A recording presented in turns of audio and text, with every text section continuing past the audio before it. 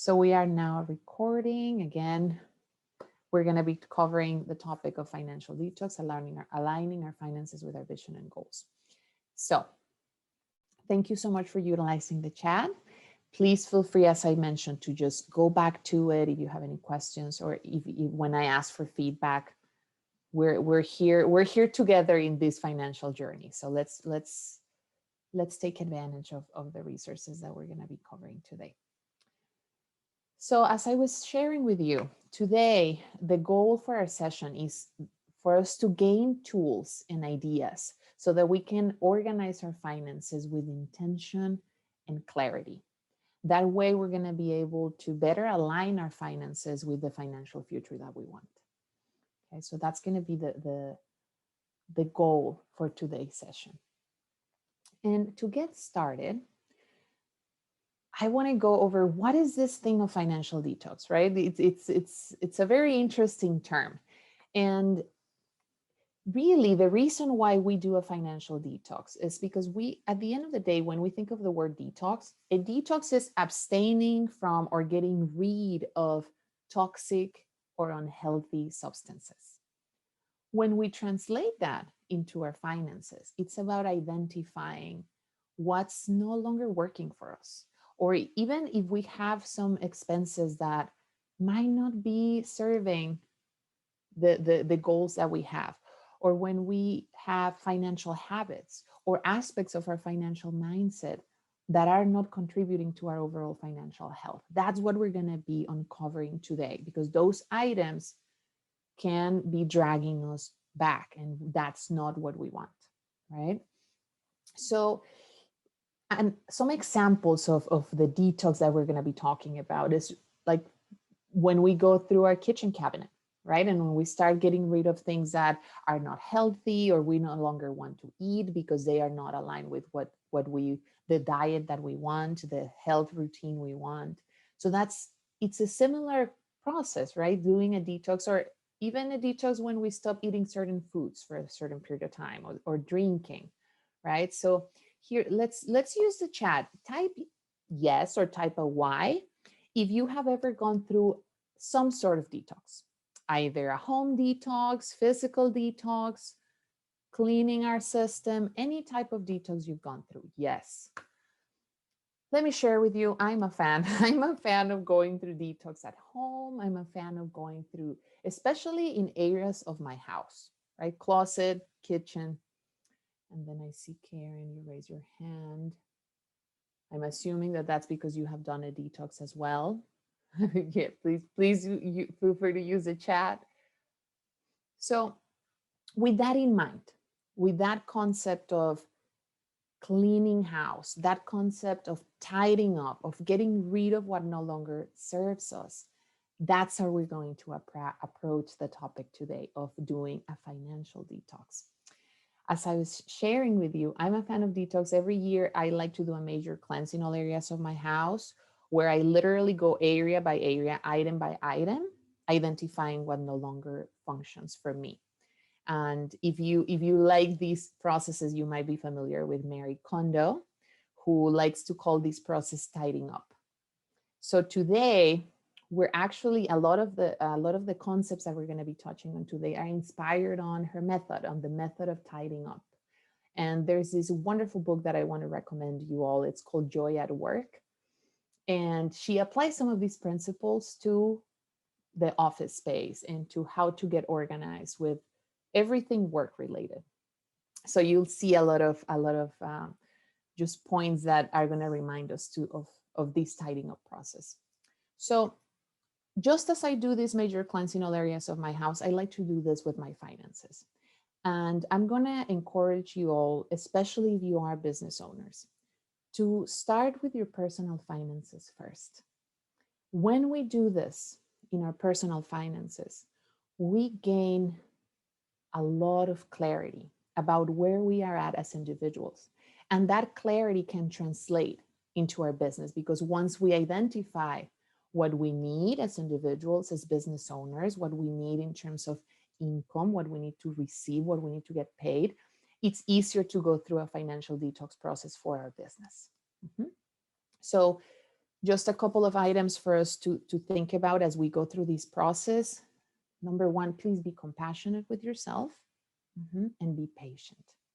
Money can be, as we all know, money can be an emotional and stressful topic sometimes, especially around times of uncertainty, especially now that we're going through COVID. It's important for us to be compassionate with ourselves in this process and be patient. Okay, I can't say that enough. Compassionate, patient. So through our conversation today, we are going to focus on tools that we can control, because especially in terms of uncertainty, the best thing we can do is focus only on what we can control. So outside of starting our financial detox process, one of the areas that we're also going to be covering is the aspect of our financial habits, right? We're going to go over expenses and also habits and behaviors.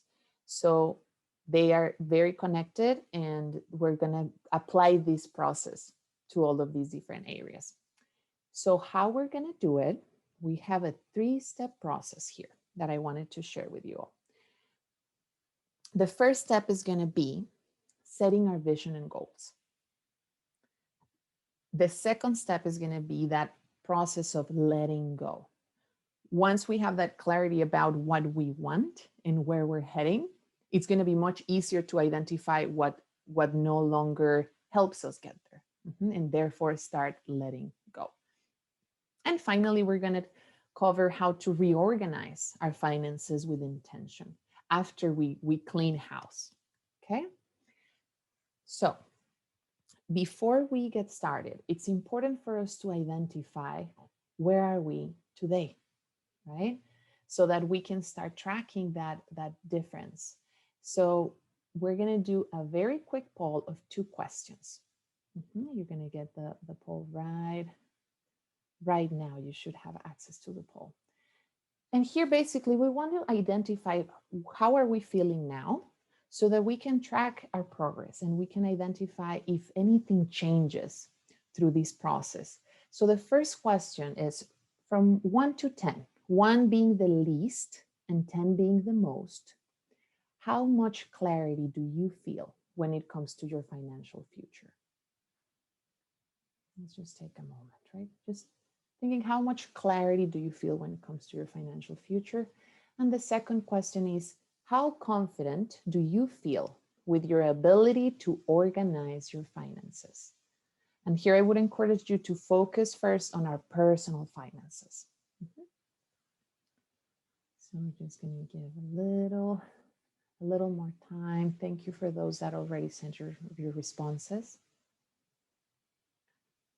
And this is very important because I really like when we can add a number to how we're feeling, because then we can track our progress. So think about this number. And another thing that I would like to encourage you before we start going through the steps is, if you have handy pen and paper, that's going to be very helpful, because as we go through this process, some things are going to come up, and it's going to be very important for us to write them down, because they are going to become our compass as we move forward. Very good. One more second before I close the polls.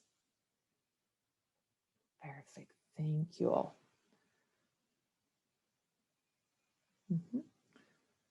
So now that we identify a little bit, and I know, Jenna, pandemic strongly affecting my answers, and that's precisely why we're doing this, because we know that we're not living under normal circumstances at this point. So it's particularly important for us to take control of our finances and also be very honest and identify how they are affecting our health, how they are affecting other areas of our lives, so that we can start that process of tidying up. Things are changed. And just as we are all adapting to the new environment we live in, our finances need to adapt as well. And that's why we go through these types of processes, to help make sure that we take control of our numbers and allow our finances to adapt with us and to adapt to the new things we want. So the more time we take to identify, especially that first step, identifying the financial future we want, the easier it will be to gain clarity when it comes to step 2 and step 3. So we're going to start with a couple of exercises for us to get to that space where we have more clarity about what is it that we want to do and what our priorities are. As I was sharing, this methodology can be applied both to your personal finances and to your business finances. And I do believe starting from our personal finances can be a very powerful exercise. And before we get started with our process today, remember this is a marathon, not a sprint. Okay, this is something that I as I mentioned, before COVID, I would go through this process once a year with my finances. And now I'm doing it much more often. So it's really about you and about what's going to work for you. We all have different goals. We all have different financial journeys. So as you go along, remember, this is your journey. Identify what works for you. So let's get started with step 1, shall we? And here for step 1, I would like for us to focus on this quote.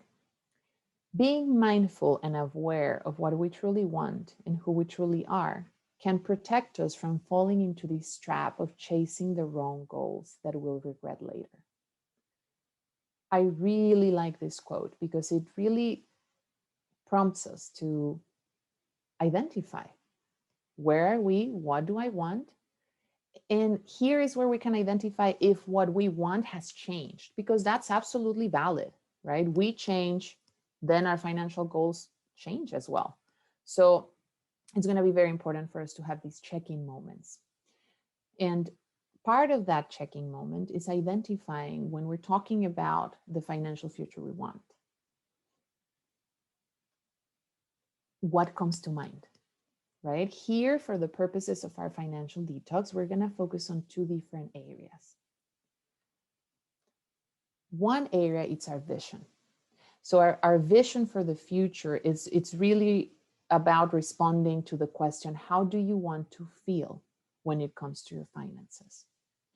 And we're going to do an exercise after this live. So here I just want to go over that overview of how are we going to envision our financial future, right?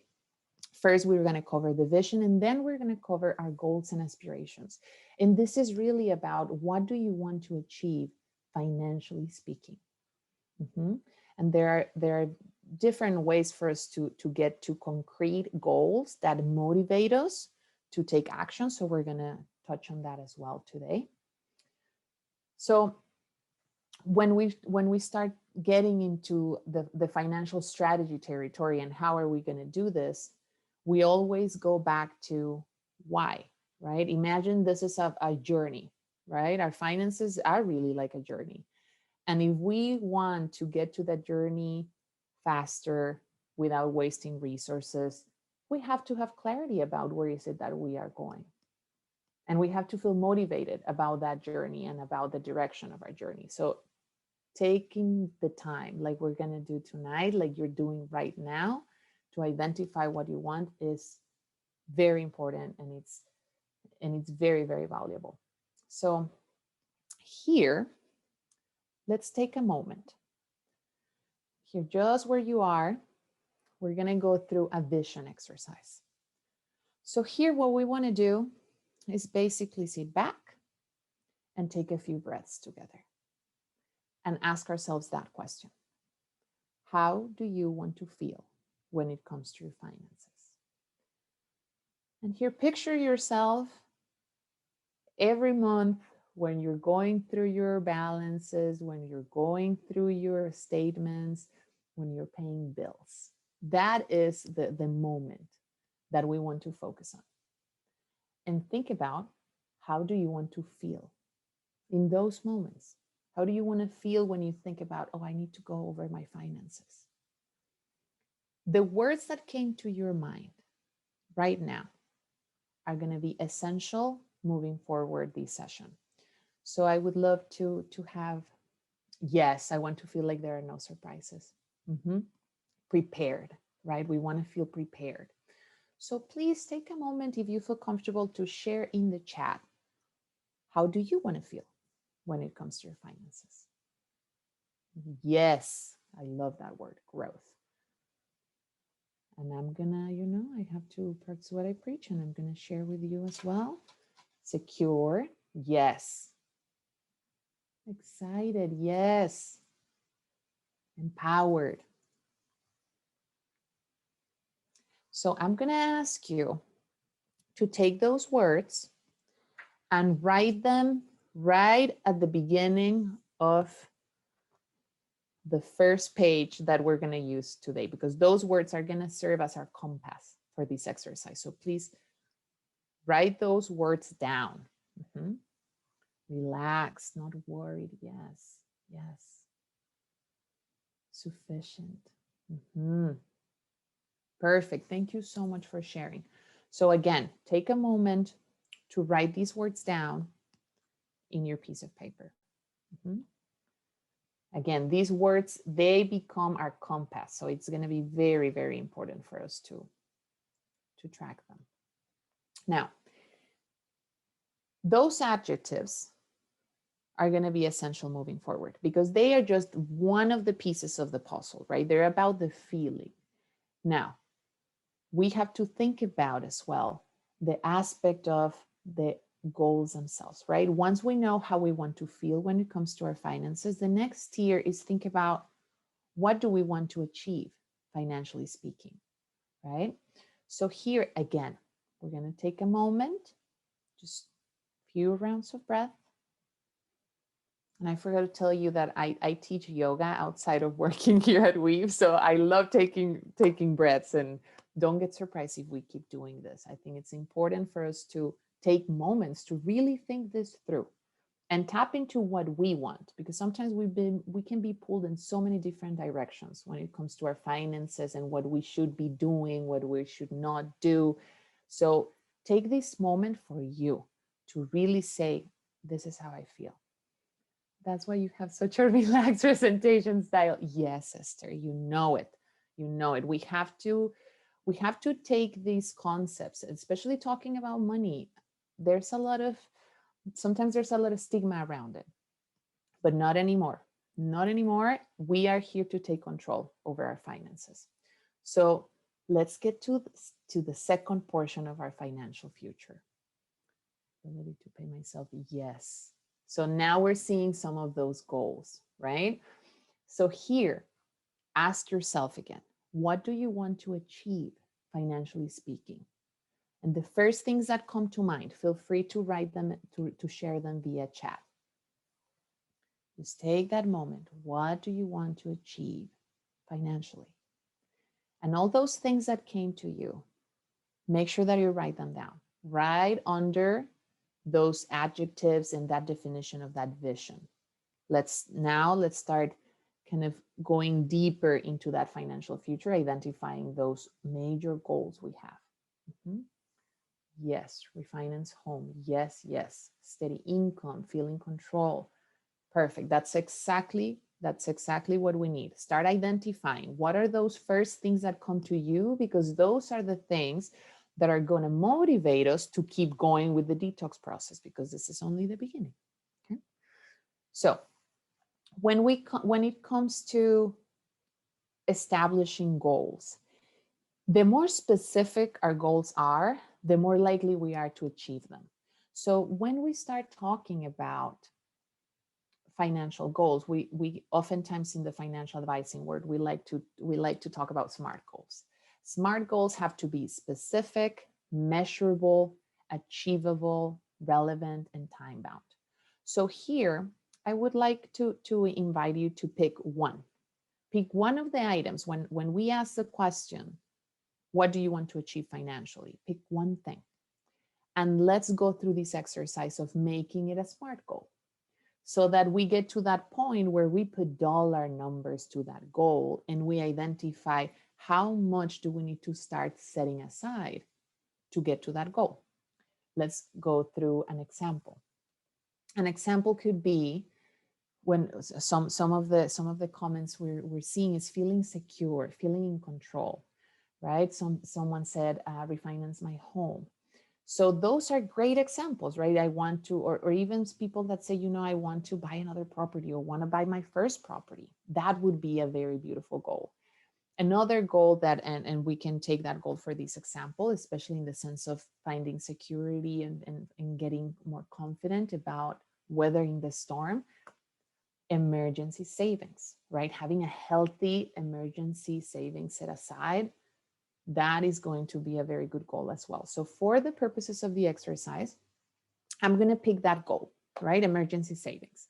But you please pick whatever goal came to you, and the first one that popped into your head, because usually those are the ones that are the richest.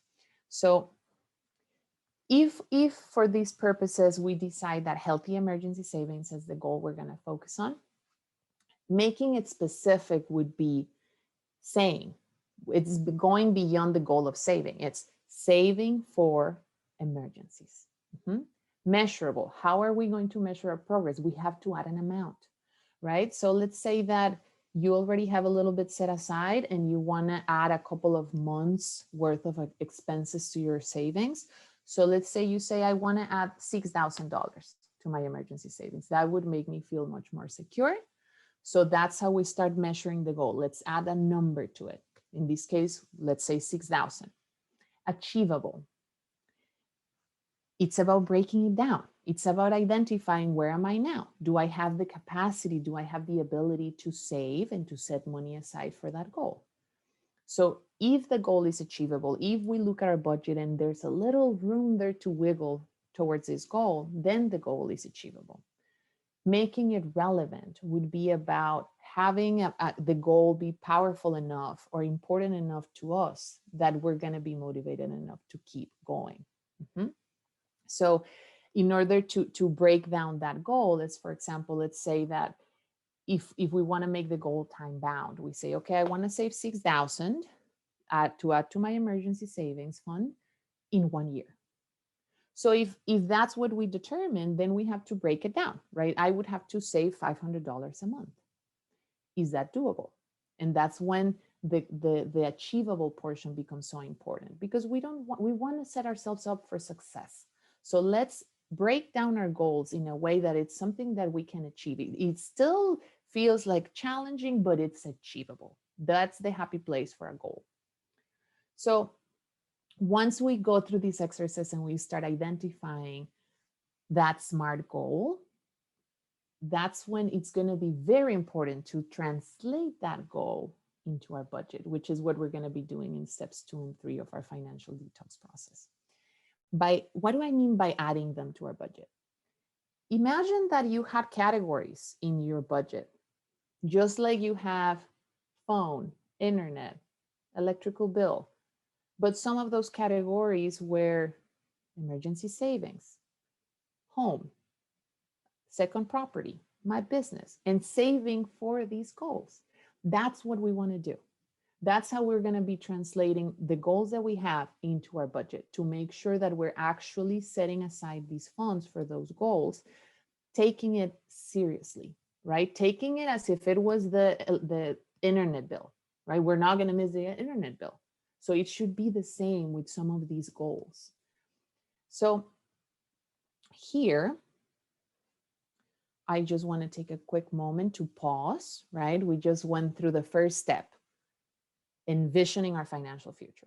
And I want to see if anybody has any questions so far, and how are you all feeling? Please use the chat. Routine tracking. Okay. So it's important for us to take pauses. I want to make sure that there's no questions. So now that we identified, right, we have our goal. Everybody should have one goal that you did this exercise with, because again, the more specific the goal is, the simpler it becomes, the easier it's going to be for us to actually go through it and make the changes we need to make to achieve these goals. So once we have that little bit of clarity about the areas that are important for us when it comes to our financial future, that clarity about this is how I want to feel. Now let's get to what we need to do to feel that way. Okay, so now we're going to get started with the second step, letting go. Okay, let me tell you, letting go, it's one of the most oftentimes challenging aspects of this process, but it's also one of the most liberating ones. So now that we gain that clarity about where we're going, we're going to start going through our financial inventory, kind of like what we were talking about the kitchen cabinet. When we're going through everything and we're like, okay, I need to be healthier, let me go through the cabinet. We're going to do the same, but with our finances. So we're that way we're going to start identifying what is adding value to our lives and what's getting us closer to our vision and goals, and what is not doing that. Okay, so that's why I asked you, write down in that piece of paper those words, right? Confident, secure. And here we do have a question. Can you help me if we're willing to share their answers? To Irene. So that's a very valid point, Jenna. I want everyone to feel comfortable enough sharing their answers. I do understand that, again, right? This is sometimes a topic that we don't think about that often in terms of what am I going to let go of? And it's okay. If you don't feel like sharing, we understand. And if a part of you would like to share, absolutely. The more we share, the more we can identify that we are all in this together, right? We all have, I don't know if you noticed, but when we were writing, how do we want to feel? There's so many similarities in how we want to feel. So please feel free to share, or as Jenna said, if you feel more comfortable just sharing them with me, you can also select that in the chat. So letting go, going back to this process. What do we mean by the financial inventory? So basically, we're just going to start with the numbers, right? Head on.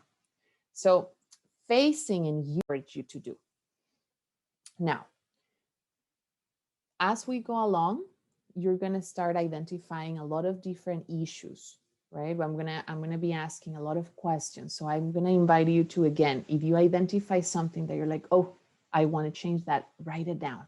Write it down, because that's how we're going to get our action items for after our session together. Perfect. So let's start with our expenses and our income. Here, we have two options, right? We are, as I mentioned, we are recording this, so you can go through the process at your own pace, or if you want to, if you have some of your expenses, if you have a bank statement that you want to go over while we're doing this, you're welcome to do so as well. So starting with our expenses, when we're going to that process of letting go, it's important for us to identify that our expenses are going to tell us a lot about our priorities. So if we were to categorize our expenses, it's going to be very important for us to start identifying what are my biggest categories. And let's start dividing those categories between wants and needs, right? And our needs, they're pretty much straightforward, right? Health, food, shelter. Our wants are going to be the area where we're going to be able to start letting go of certain things. So start separating like that, right? When we look at our expenses, let's start asking ourselves, every single expense you see, is this a want or is this a need? And let's start dividing them, right? We're going to first play some Tetris with our finances so that at the end we can reorganize them with intention. So once we start identifying, are these wants, are they needs? When we look at our wants, that's when we can start thinking, what else could I be using that money for? Or also called our opportunity costs. And this is the part that makes the conversation we were having about our goals so relevant. Because oftentimes I want you to take a moment here and identify if the goal that you brought up, the goal you picked for today's session, or any of the other goals that came to you in the first exercise, are they showing up in your budget? And if they do, that's great, right? That's great. We want to keep that going. If they don't show, That's the first action item we have to focus on.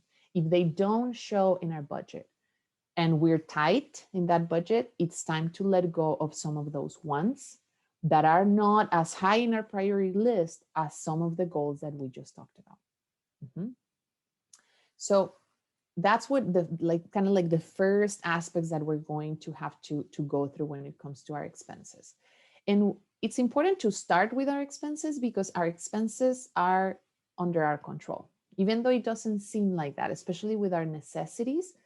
At the end of the day, they are in our control, right? So it's important for us to start there. And as you go through the list of expenses, as you go through your bank statement, ask yourself that question with each of the items. Is this expense getting me closer to my vision and goals or not? As easy as that. Let's go through that again. And it's important, this is very important for you to get to that process of letting go. We need to identify what to let go of first. And we're going to do that by asking ourselves in each of the expenses we have, is this expense getting me closer to my vision and goals or not? Those expenses that are not getting you closer to your vision and goals, and those expenses that are not needs, those are the first items that we can start letting go of.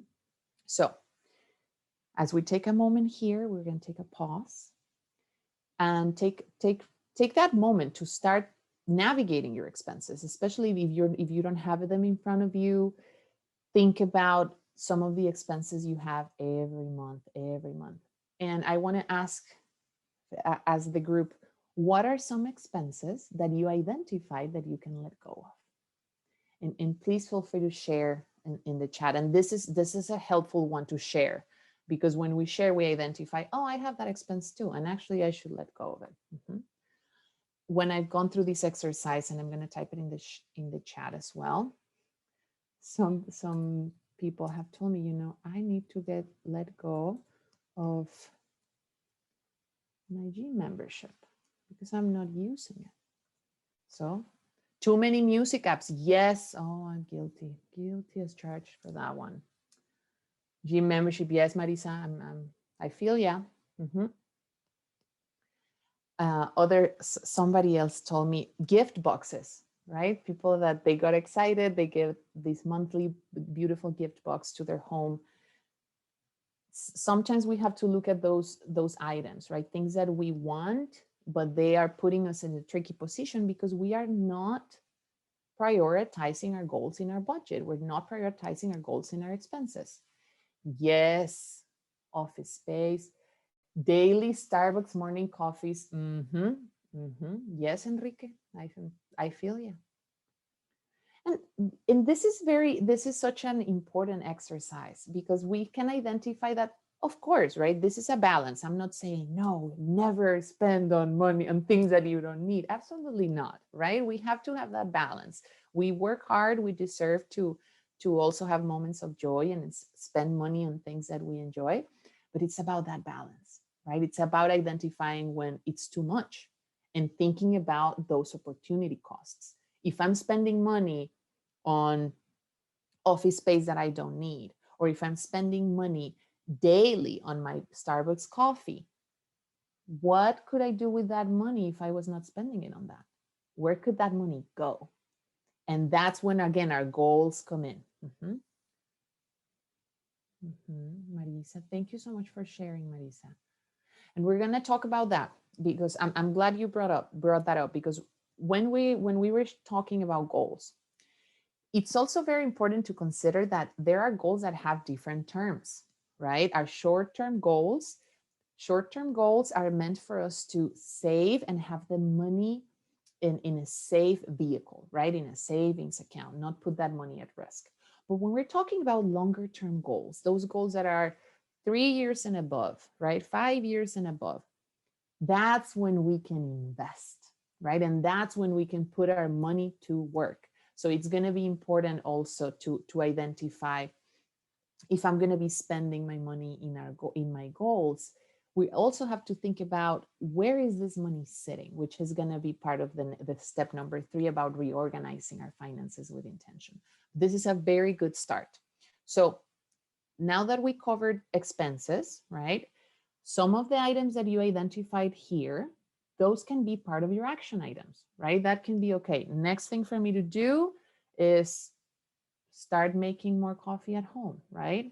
Limit the times, the days in which I go buy my coffee out. Or, you know what, this is my time to start looking into letting go of that office space and downsizing, consolidating, right? Add that as one of your next steps after this session, because that's going to be the actual letting go process just happening. Okay, we have to make sure that we act on it, not just talk about what I'm going to let go of, but act on it. So, and this takes me to the other aspect in terms of our financial inventory, our income, right? When we think about letting go, especially now, some people can be like, I'm not letting go of any income. No, no, no, not right now.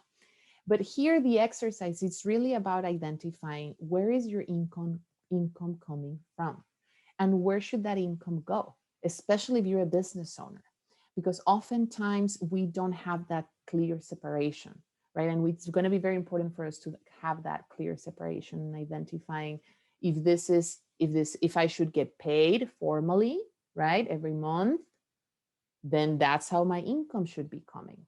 So here, when we look at our income, it's about identifying what we need to change. Or if we have income from different sources, then we can also arrange for an income from a specific source to go to a specific goal. So we can start making the process a little simpler when it comes to saving money for our goals. Then another good question for us to ask when it comes to our income is your income fair and enough considering your skill set and work? When we face situations where we're at capacity work-wise and we're getting this income, if that income is not fair and enough, we are missing out on other potential sources of income and other potential sources of opportunity because we're tied to these sources of income. So that's why that question is also helpful, because sometimes we have to let go of certain sources of income, let go of certain past opportunities to make room for new opportunities that value us better, that are much more fair and enough considering the work you do and the skill set you bring to the table. And then the final question when it comes to letting go in regards to income is, are there new or additional sources of income that you could consider, right? So that's how we start making room for the new, right? We let go, but we also make room for the new. So then we start going over, once we went through income and expenses, we are going to start going through our balance sheet, right? What we own and what we owe. And here, anytime this is important to again, we talked about at the beginning, be compassionate. When you start navigating some of these topics, if we start feeling a little bit of anxiety because we don't like what we're going to see, just take a deep breath. Take a deep breath. Nothing is permanent, right? What you see, you can tweak, you can change. Be compassionate with yourself, be patient with yourself. So when it comes to assets, the first question we can ask ourselves is, what type of assets do we own or want to own? What we want to own becomes part of that vision, part of those goals, right? And when it comes to what we own, it's important to understand, right? If we have tangible assets, like if we have property, make sure that we understand how everything is working with our tangible assets. If we have intangible assets like investments, what type of investments do we own, right? And understanding them, asking questions, right? This is something that it's going to require time and energy. If we do have investments, do we have clarity about what type of investments we have?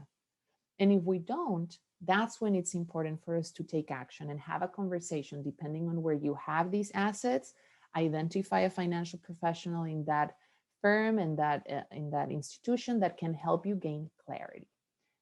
If that doesn't happen, then change financial institutions, right? There's always a solution, but it's about committing the time and the energy that these exercises require. Mhm. So then another question here, especially when you start identifying, when we're talking about intangible assets like investments, this is where it's going to be very important to have a better understanding of what you own, because if what you own doesn't match your values, it doesn't match your goals, then it might be time to let go of some of those assets, right? And that's why this question is very important. Are there any assets that are no longer adding value to your life and that you can let go of? And that's a very, very special question, because sometimes with assets, we tend to think, no, anything that adds, that has value, I should just keep. But sometimes when assets are no longer adding value, or they are not aligning with who you are and what you want, they are taking space, right? They're taking space from other things that might be much more valuable to you. So that is in terms of assets. Then when it comes to liabilities, or when it comes to our debt, what type of debt do you have? Mm-hmm. Here, we like to think, when we talk about debt, we like to think about debt in two categories, right? Good debt versus bad debt. Let's start with bad debt.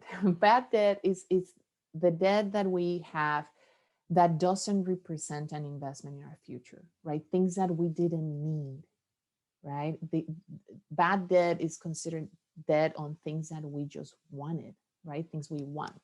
So that debt is the type of debt that we should start avoiding, right? If we have incurred into that debt in the past, I want to take a moment to share with you a very special quote. Your past doesn't determine who you are. Your past prepares you for who you are to become. Mhm.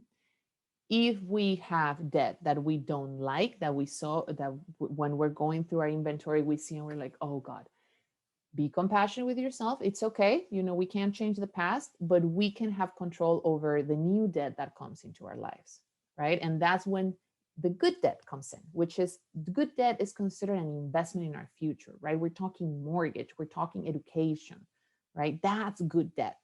So it's important also to keep that in perspective when we're going through our debt. And lastly, and this is going to start, we're gonna touch on this on our step number 3. How is your debt being managed? It's going to be very important for us to take a handle on the debt we do have, so that we manage it in a way that gets us closer to that vision we established at the beginning of the session, right? Are you managing your debt in a way that makes you feel, and then use the adjectives you picked for the session, right? Secure, confident, excited, empowered, in control, right? If the answer is no, then that's when we know that we need to make changes. Okay. So here, again, we're going to take a little pause. I want to make sure that there's no questions so far. Or comments, things that are coming up that you're like, whoa, I just realized this, right? Or I'm worried about that.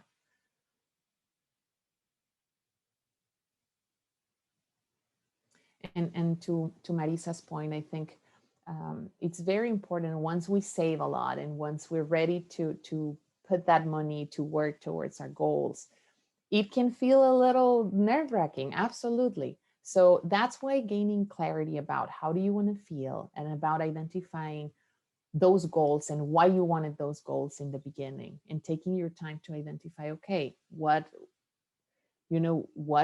property do you like, if that is part of your goal, taking the time to do your research, right? And making sure that this is absolutely in line with the vision and the goals you have, that is alone going to help you make the jump, right? That's going to help you feel much more motivated.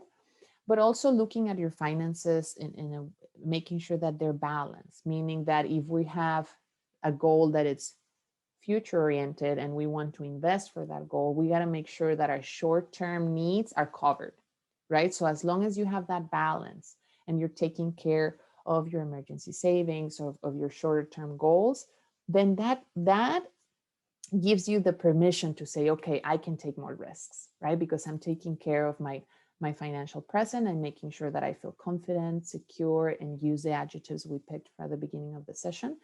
And once you take care of that, it's easier to make those decisions. It's easier to take risks when it comes to longer term goals. Mm-hmm.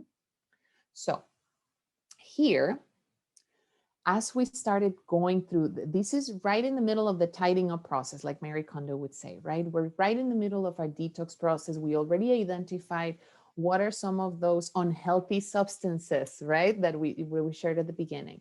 Now it's time to start cleaning house, letting go.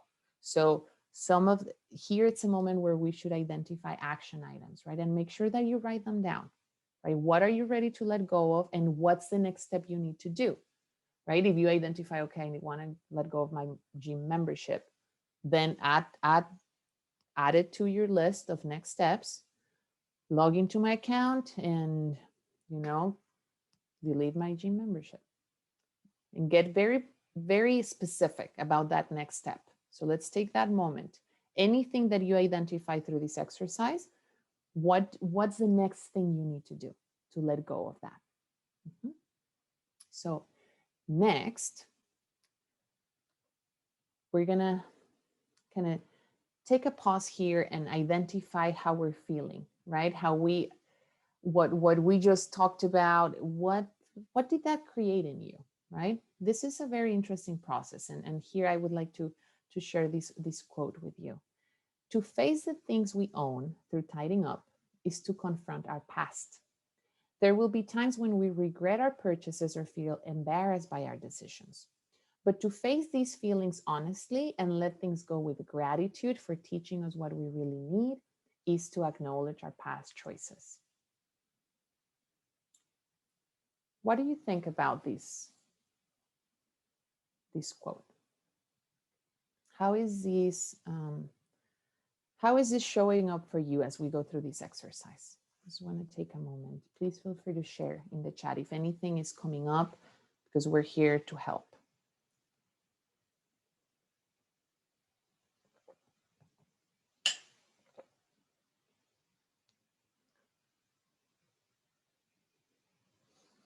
This is a very good moment for us to... Yes, I know, Nathalie. That's one of the reasons why I read this quote. I'm like, yes, this is so important, because sometimes we tend to cling to our past choices. We tend to cling to what we didn't do or what we did. And let me tell you, we don't have time to waste. That energy that we spend thinking about the past and what I didn't do, what I did, we can't change the past. We can only take the lessons that our past has taught us and apply them to have a healthier future, a healthier financial future. Mm-hmm. Yeah, Jessica, thank you so much for sharing. This is why this exercise it can be very valuable, because we can also start identifying, this is not serving me. This is not working for me, and I need to make changes. And life is constant change, right? So again, be compassionate, be patient. Mm-hmm. Yes, I love that, Esther. We must become good stewards of our energy, and it will improve all aspects of our lives. Absolutely. Just as we're going through this exercise with our money, it's like I tell you, I love doing this with my closet, with my kitchen. And if we were to do it with our energy, right, that could also be very interesting. With our time, with how much time we give to so many things that sometimes are not very connected to what we truly want and who we truly are. So these are good exercises for us to apply to other areas in life. Absolutely. I appreciate the reframing. Yes, I love Mary Kondo's attitude. And that's one of the reasons why we didn't want to talk about budgeting in the normal way, right? We wanted to make sure that if we're going to talk about budgeting, let's do it in a way that is in line with what we're going through, right? There's a lot that has changed. And as we're going through adapting our finances, adapting our lives, there's a lot for us to be grateful for. And gratitude is going to be very powerful when it comes to keeping ourselves motivated and to honoring your past financial life, right? We have to honor that, because whatever you did in your financial past, it brought you here today, and it brought you to this moment of caring, of understanding that things change and it's okay, right? So here is where we start. I invite you to write down. There's power to writing things down, right? Because we're really putting words into paper. We're identifying. We can later on see that, and we can identify how far am I, how that has changed. So again, remember, this is a marathon, not a sprint, right? This is not the first time that in one sitting you're going to go through this and you're like, okay, I'm good. No, this is something that can be very helpful to go through every couple months, right? To just do that detox of our finances, and letting go from other aspects as well. We're going to start touching. We're getting close to our step number 3, and when we start letting go of, now that we covered our numbers, this is a good time to start thinking about what the aspects of our finances that are not numbers, right? Like our fears, our financial habits, right? Our financial mindset. So this is also a good time for us to think about, like, am I dragging along financial habits or behaviors or financial fears that are taking a lot of my energy and that are taking a lot of my time? If we are, identify those. Just like we talked about facing our numbers, we have to face our habits. We have to face our financial mindset and identify if there are any of these aspects of our finances that we would like to improve. Mhm. So here is where it's going to be a good moment to go back to those adjectives that describe that vision. How do you want to feel when it comes to your finances? So think about your financial habits, right? Think about your behaviors, especially as we went through our expenses, as we went through our income, our assets, our debt. Those tell us that story of, hey, I noticed that I have a lot of expenses eating out, right? That's a habit, right? We're used to eating out. So what story did you identify when you were going through your numbers? Mm-hmm. And here, I just want to take a moment. Please feel free to share if you identified something that you were like, ooh, I noticed that I do this. Good and bad, right? Because we also can identify a lot of good habits. Like I get that here we have some very good savers, which is wonderful. That's one of the most beautiful financial habits we can practice and we can have. So please feel free to share if there were any habits that you identify, or any behaviors, any mindset aspects when you were going through your numbers, or where you just the exercise of thinking about your numbers and thinking about the categories we just spoke about. Did anything come up? Did you identify any habits, any behaviors you want to keep, or any that you don't want to keep, right? And ask yourself, are these behaviors getting me closer to my vision and goals? If the answer is no, then there you go. That's an area of focus for us. Mhm.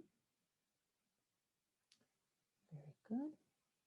So if anything came up, write it down, please. If you don't write down in the chat, please write it down in your piece of paper, because those are the items that we have to take action on for us to truly go through that detox process, for us to truly start making space in our financial lives so that we get closer to the goals and the vision that we set up for ourselves. So next step, our step number 3, we talked about vision, right? We have that clarity about where we want to go with our financial future. We already started letting go of some things, or at least identifying aspects that we can let go of. Mm-hmm. Yes, I need to switch from focusing on penny pinching to, yes, thank you, Rachel. Rachel brings up a very, very good point, and that's mindset, right? Sometimes we tend to focus, especially now, and it's understandable. That's why we go back to patience and compassion. It's understandable when we just want to focus on our expenses, right? And identifying, okay, how can I cut corners and what can I just maybe start doing myself? And all our energy can go towards that. But it's important that we don't lose sight of the holistic approach to our finances, right? And that's why mindset is so important. And it's important to also give some energy and time to the aspects of how can I earn more money, right? Think about your skill set, think about opportunities around you, and start taking action so that you can bring more money in and you can start making room for the new and get closer to your goals and vision. So thank you so much, Rachel, for sharing. So we're getting to step number 3, reorganizing with intention. And this is a moment for us to, first of all, acknowledge all the process that we just went through, right? All the process of identifying and gaining clarity. So that would be the here, right? Jonathan DeYoe has a wonderful book called Mindful Money. I highly recommend that book. And I love how he says, when you're going through identifying your financial strategy and what is it that you need to do, he says, be honest about here or where you are now. Be clear about there or where you want to be. And consider the route, which involves making trade-offs or paying the costs required to get from here to there. I love the fact that he brings up trade-offs, right? Because let's be real here. We live in a world full of financial distractions, full of things that they look so shiny and we feel like we want to buy so many things and we need so many things when in reality we don't. So it's important for us to start considering those things that sometimes we spend so much money, time, and energy on. If those items are short-term luxuries or those items are wants, they are taking room from our needs and they are taking room from us achieving our financial goals. So that's where the trade-offs come in. So that's why it's important for us to take that into account. Think opportunity costs, think trade-offs. When you're making these executive decisions of letting go of certain items in your finances, if it starts getting a little hard, ask yourself, right? What am I going to do with this money instead? Right? And that's when let's think about our goals so that we get excited about the trade-offs. The trade-offs should not get us upset. The trade-offs, that's why we took time today to think about our vision. Because if we trade something up for those items, that immediately changes that mindset because we know that the trade-off is worth it. Mm-hmm. So when it comes to reorganizing our finances, I like to think of our finances in these 4 categories, right? That we are going to reorganize. So first, we're going to think about our priorities, our priorities and our needs.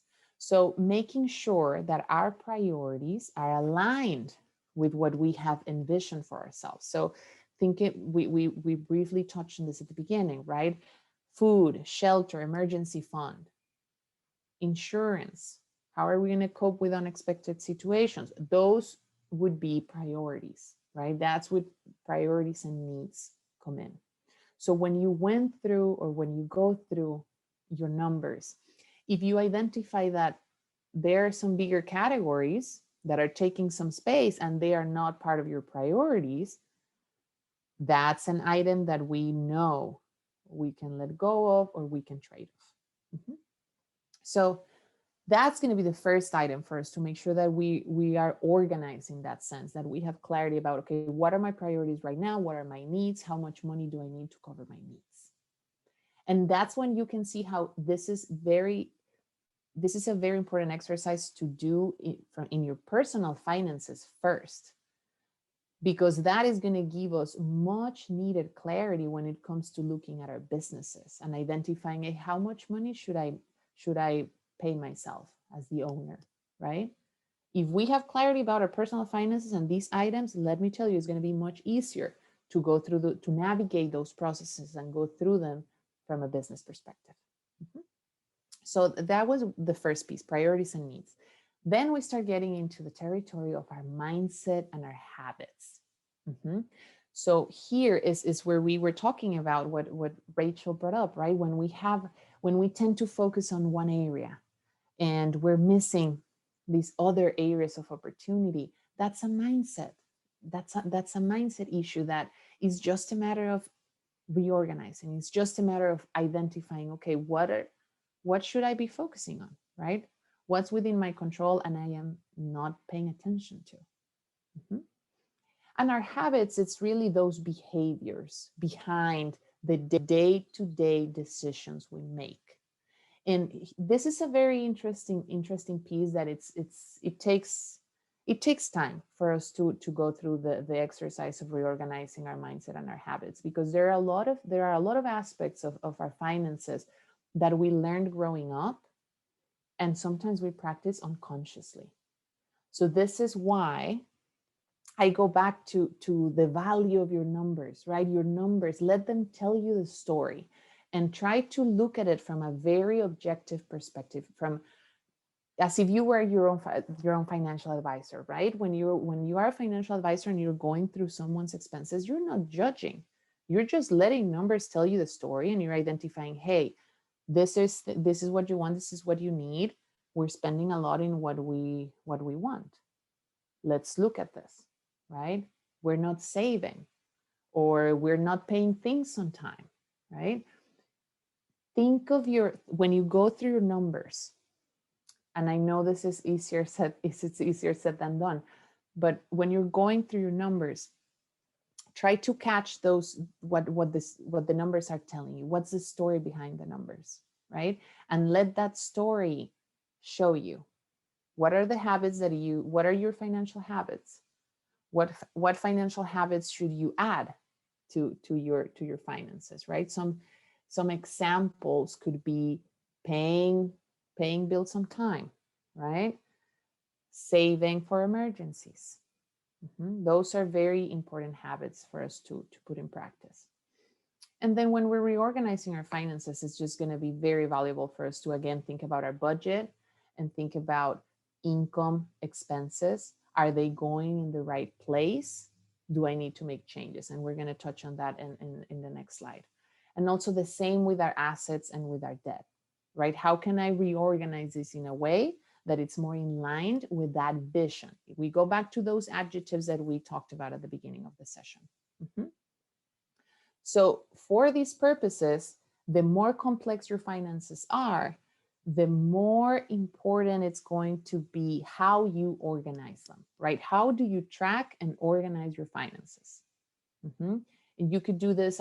If some people are very disciplined, very organized, and they like to do pen and paper, that's great. Identify what works for you. For some other people, it's about tapping into technology, right? Using softwares like Mint or QuickBooks and identifying what works for me. Maybe for me, Excel works, right? Identify what works for you when it comes to tracking your finances and keeping everything organized. So that's going to be a very important piece. So let's do a little deeper dive when it comes to reorganizing our budget and our balance sheet. What do I recommend in terms of how to track our finances?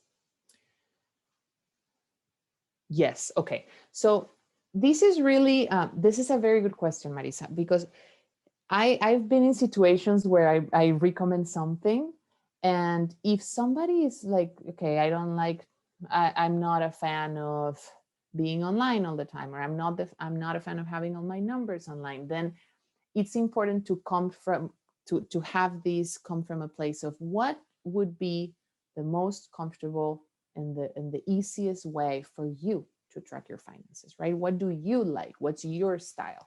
And from there, it's easier for us to find a way to track. In terms of recommendations, I think as long as you keep the habit of tracking your finances every month, I've seen people that they kind of consolidate how many accounts they have and they use their bank statements. Very interesting. They just use their bank statements to track everything, which simplifies some of the process. Excel, it's a very good tool. Mint for personal finances is also a very helpful tool because you can tie all of your cards, your accounts to Mint, and then Mint gives you these very cool charts about where is your money going, right? If you have any expense patterns that have changed over the year, you can also get those charts from Mint. So that's one thing I would recommend. And for business owners, I definitely recommend QuickBooks. I think QuickBooks it's a great tool, and it's pretty intuitive. It's not that hard to use. We actually here at WEV we do have our QuickBooks training class and a QuickBooks coaching program for people that want to get more comfortable using QuickBooks. We have programs that we can connect you with, so that you get that confidence using those type of tracking systems yourself. And then here it's important to consider that sometimes it's good asking for help, right? Especially when you're a business owner. This area is an area where you can hire someone to help, right? Hire a bookkeeper, work with a CPA, work with a QuickBooks coach, so that you are not alone. Because the same happens with our personal finances, right? We're going to get to a point where some of our goals, they need assistance of a professional, especially when we're talking about long-term goals, when we're talking about investments. We don't have to do everything alone, right? Just like we go to the doctor and we find a doctor based on what we need, and we interview doctors until we find the one that we're like, okay, I feel comfortable. The same happens with the financial industry, right? Identify what is it that you want help with and interview different people until you find the professionals that you feel comfortable with, and you start building that network, both personally and for your business.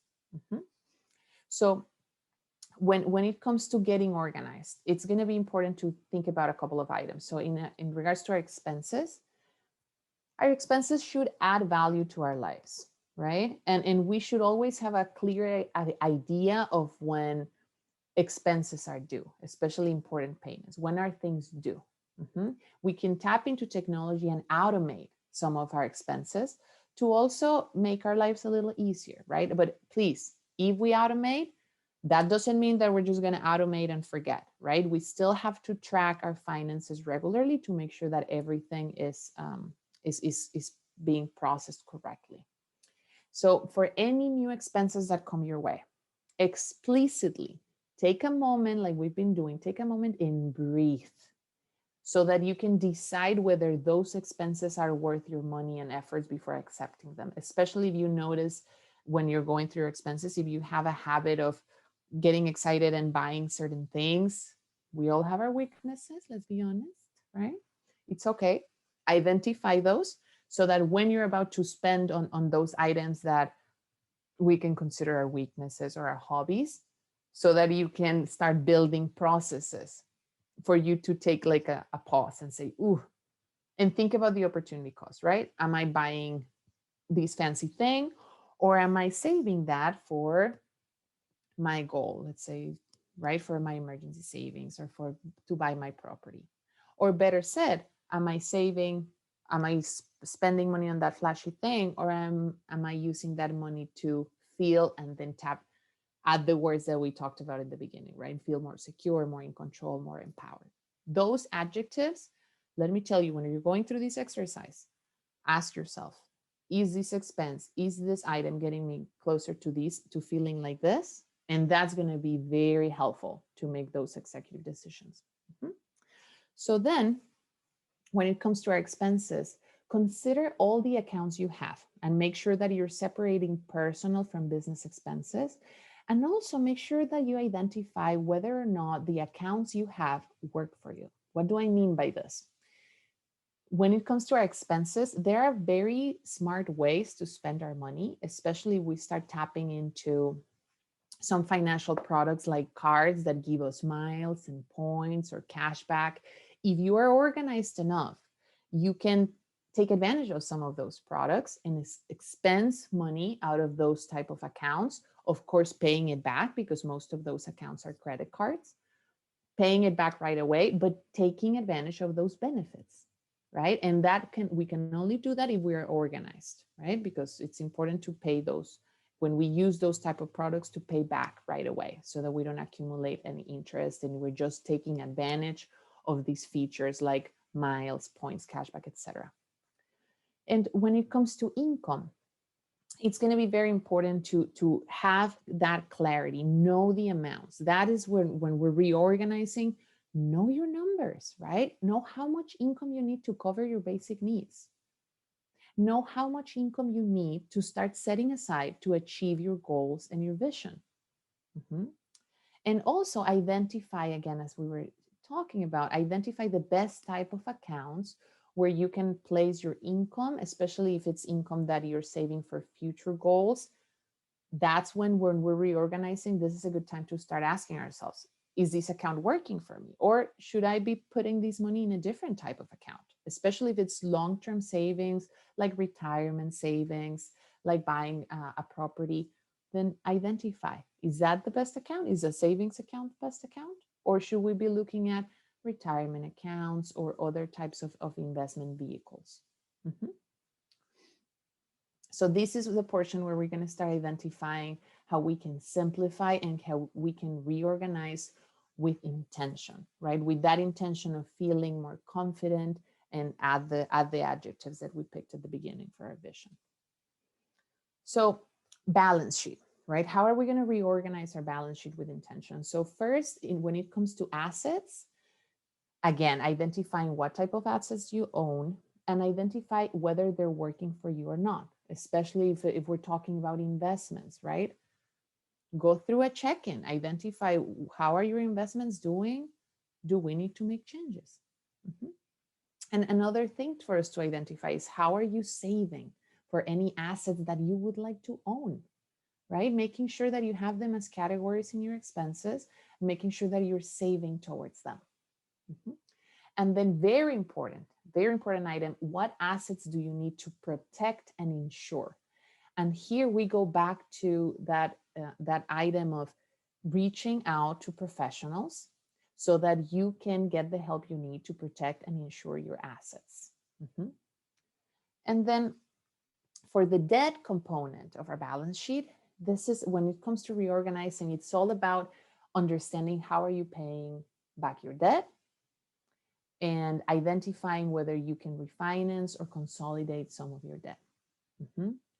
Here, for those of you that when you're going through the exercise, if you have any debt, it's going to be very important to make sure that you are paying your debt in a very organized way, meaning, and here is where I want to share what we would recommend when it comes to organizing your debt. It's number one, make sure that you budget for all your minimum payments. Mhm. And if you identify that there's room in your budget to pay more towards your debt and pay it sooner, pay it up sooner, for any additional amount that you can allocate for debt, there's going to be two areas, right? And this is, again, this is up to you and what's going to feel most comfortable for you. So one is prioritizing debt with the highest interest rates. This is also called the avalanche effect, right? And I'm going to show you an example in just a second. And the other approach could be prioritizing the smallest accounts, because then you start getting rid of these little accounts, and sometimes that can feel a little more motivating than the first option. So that is also called the snowball effect. Mhm. So once you list your debt like that, you're gonna start just like a domino effect. Once the first item in the list is paid off, you roll over the total payment to the next item on the list. Mhm. And there you go until you finish paying off your debt. Mhm. And again, for this, patience and compassion. Okay.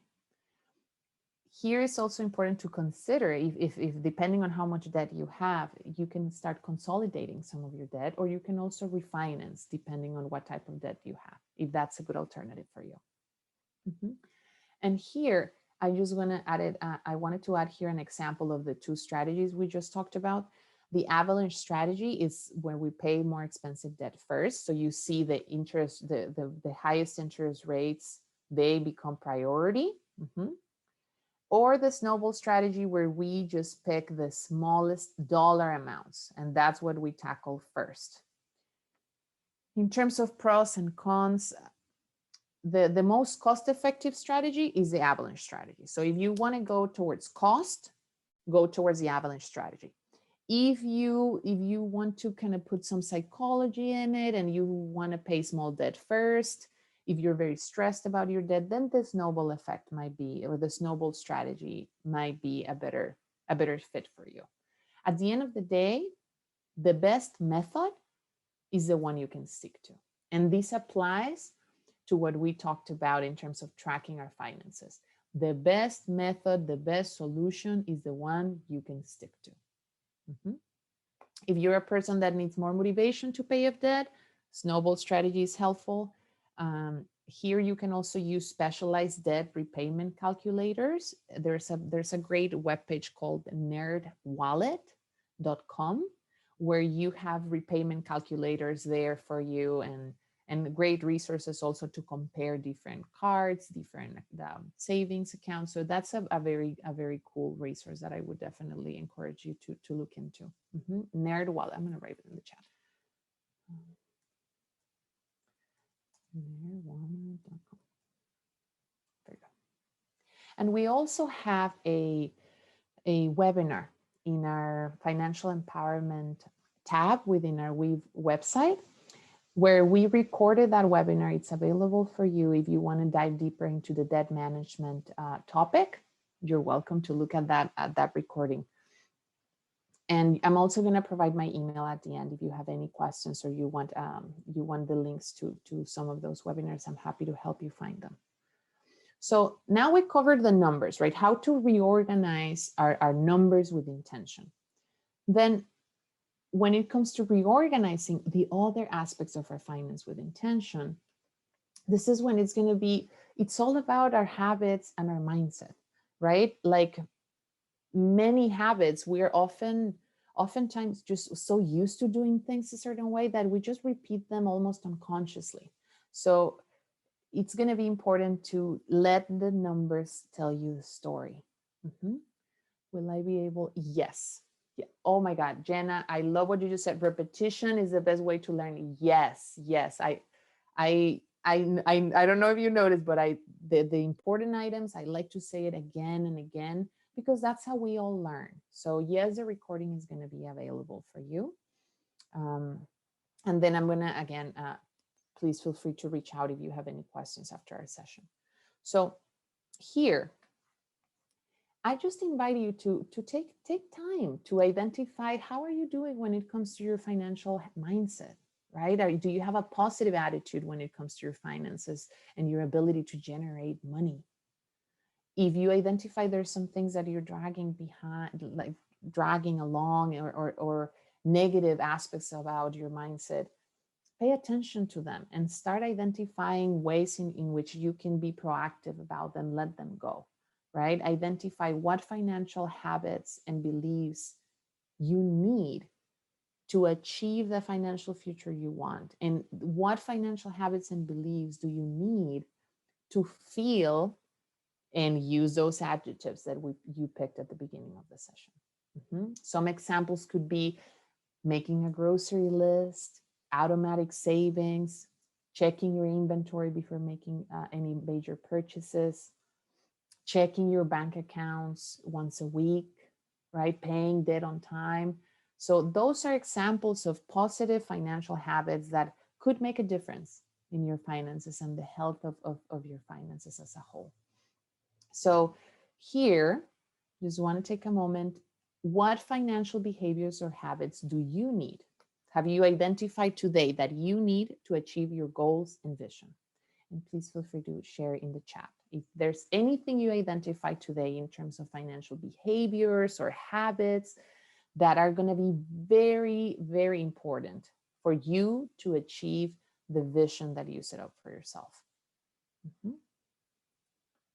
Some of the ones that come to mind are, and I'm going to add them to the chat, saving for goals on a separate account, not on your checkings account, not in the savings component of the checkings account.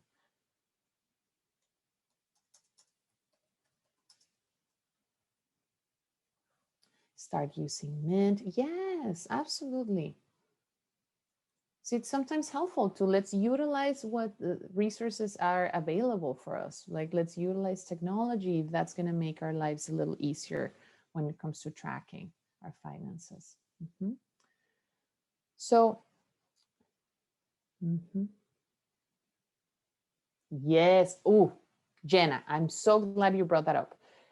We need to set alarms as reminders to do these checkups, right? I have a day of the month. It's like every third of the month, whatever day it is, I do my checkup, right? You can do something similar. Identify what day what day of the month, or you pick, right? What time of the day is better for you, or what weekend of the month you're gonna kind of set this date with yourself, right? Because this is a date that you set up with with our session today. So I'm very, very grateful and honored that you're taking the time to navigate this subject. And it's just so important to invest, because this is an investment in yourself. Taking the time to navigate this, it's a beautiful investment in yourself.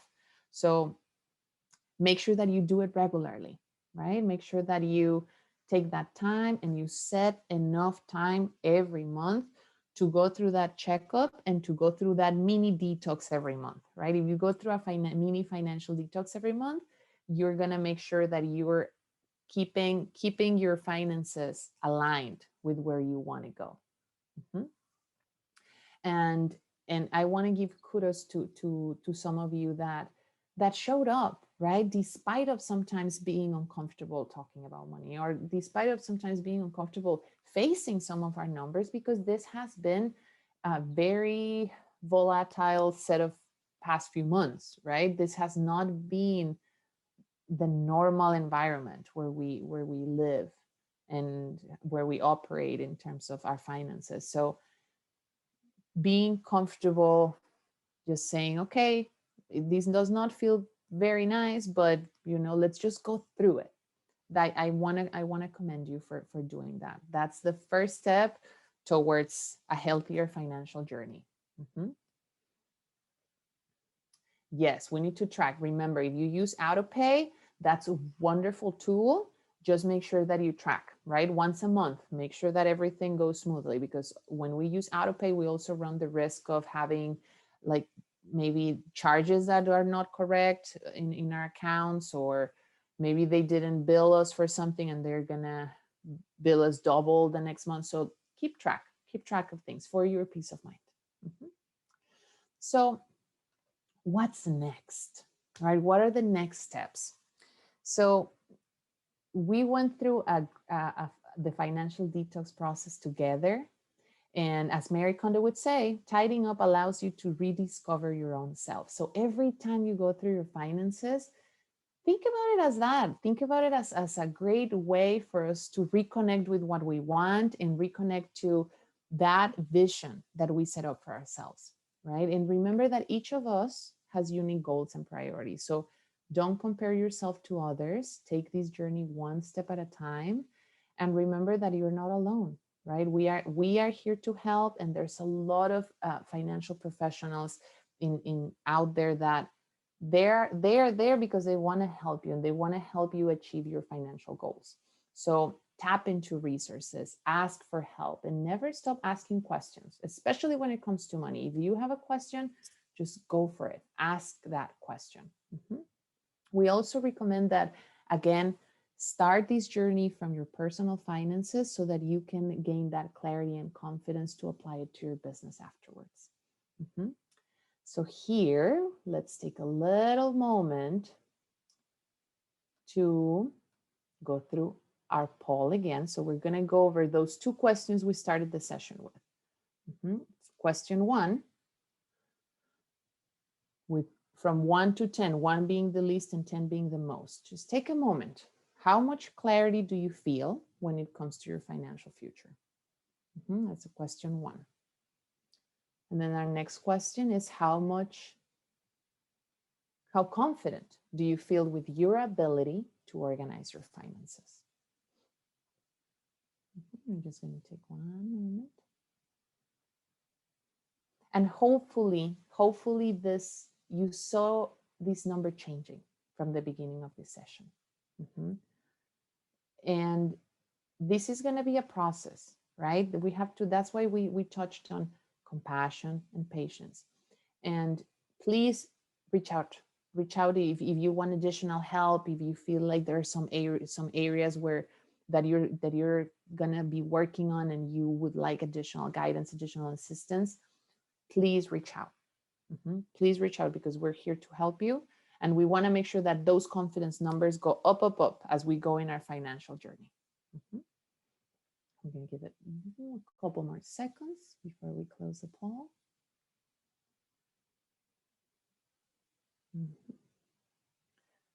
Very good. So thank you.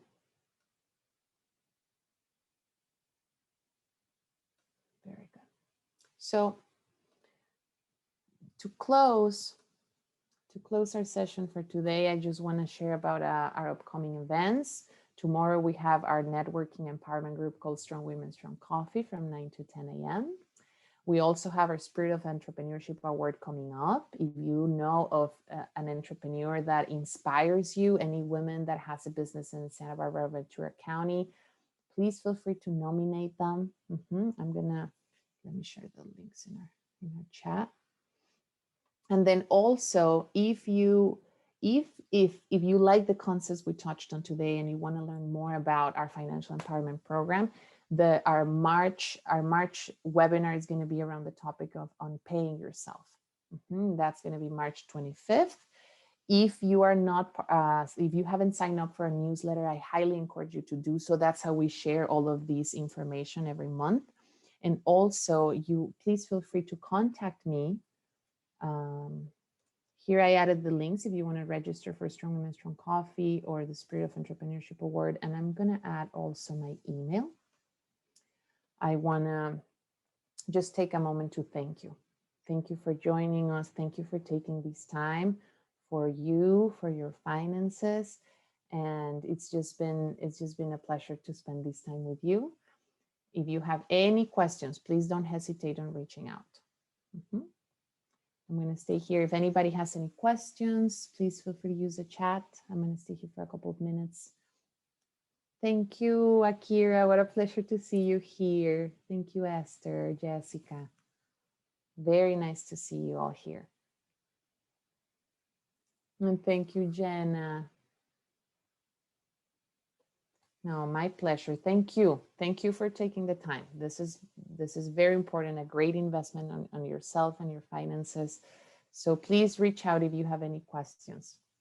Oh, Lisa, where do I teach yoga? Well, I teach yoga at the Montecito YMCA, and I also teach yoga through Instagram. Yes, I teach it at the username is called Spread the Love Inc. And it's a wellness platform, and that's where I teach yoga also. Yes, I have some action steps to take. I'm so excited. Yes, that's exactly what this was for. Identify what are the next steps. And again, remember, this is a marathon, not a sprint. Okay, so slow and steady wins the race. And again, don't forget that we're here to help along the way.